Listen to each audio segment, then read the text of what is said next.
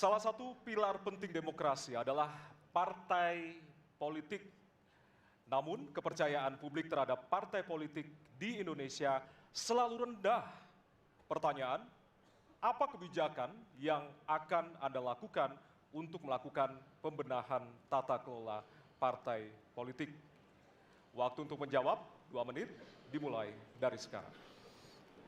Saya rasa lebih dari sekedar partai politik. Rakyat tidak percaya kepada proses demokrasi yang sekarang terjadi. Itu jauh lebih luas dari sekedar partai politik. Ketika kita bicara demokrasi, minimal ada 3. Minimal 3 nih. 1 adalah adanya kebebasan berbicara. Yang kedua, adanya oposisi yang bebas untuk mengkritik pemerintah dan menjadi penyeimbang pemerintah. Yang ketiga, adanya proses pemilu, proses pilpres yang netral, yang transparan, jujur, adil. 3. Dan kalau kita saksikan akhir-akhir ini, 2 ini mengalami problem. Kita menyaksikan bagaimana kebebasan berbicara menurun, termasuk mengkritik partai politik. Dan angka demokrasi kita menurun, indeks demokrasi kita.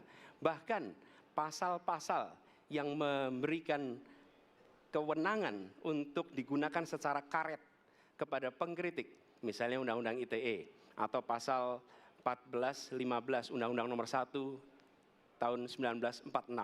Itu semua membuat kebebasan berbicara menjadi terganggu. Yang kedua, oposisi. Kita saksikan minim sekali adanya oposisi selama ini. Dan sekarang ujiannya adalah besok.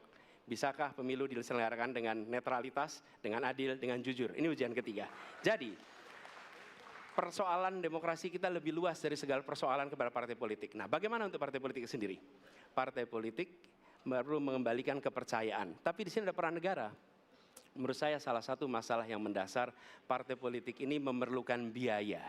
Dan biaya politik selama ini tidak pernah diperhatikan di dalam proses politik. Untuk kampanye, untuk operasional partai, semua ada biayanya. Sudah saatnya pembiayaan politik itu dihitung dengan benar. Ada transparansi, sehingga rakyat pun melihat ini institusi yang bisa dipertanggungjawabkan. Jadi salah satu reformnya adalah reform pembiayaan politik oleh partai politik. Terima kasih. Baik.